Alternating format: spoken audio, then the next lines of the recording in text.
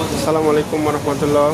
আপনাদেরকে দেখাচ্ছি, দেখুন এখানে দুবাই শহরে যাই জিনিসের অনেক দাম বেড়ে গেছে। দেখুন সবাই দেখুন, এখানে আলু নিতাম, দেখুন এখানে আলু নিতাম আপনার 2 টাকা করে, এখন 6 টাকা 50 পয়সা করে হয়ে গেছে।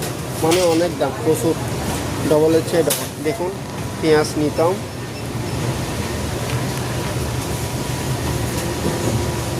পেঁয়াজ নিতাম 3 টাকা করে, 2 টাকা করে, এখন 6 টাকা 50 পয়সা করে হয়ে গেছে। কতটা দাম বেড়ে গেছে দেখুন যাই জিনিসের। আমি আপনাদেরকে আরও দেখাচ্ছি, চলুন। প্রচুর দাম বেড়ে গেছে দেখুন।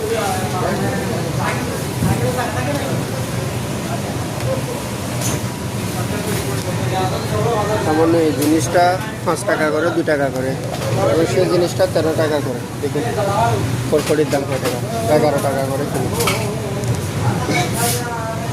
করলা তিত করলা আমরা কিনতাম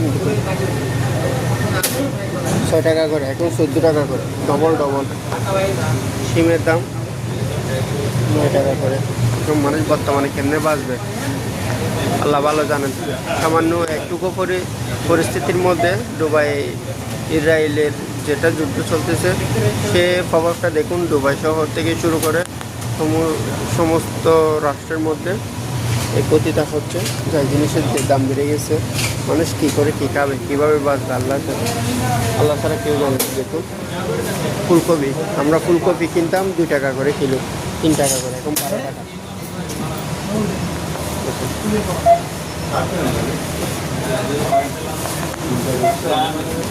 চলুন আরও দেখে আসছি ফল ফ্রুটের কী অবস্থা। দেখুন আপেল কিনতাম 5 টাকা 6 টাকা করে, এখন 14 টাকা। দেখুন এক একটা এক এক রেট।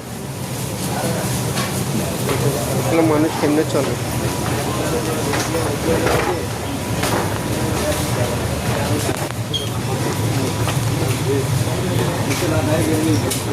আম কিনেছিলাম 5 টাকা করে, এখন 19 টাকা করে কিলো।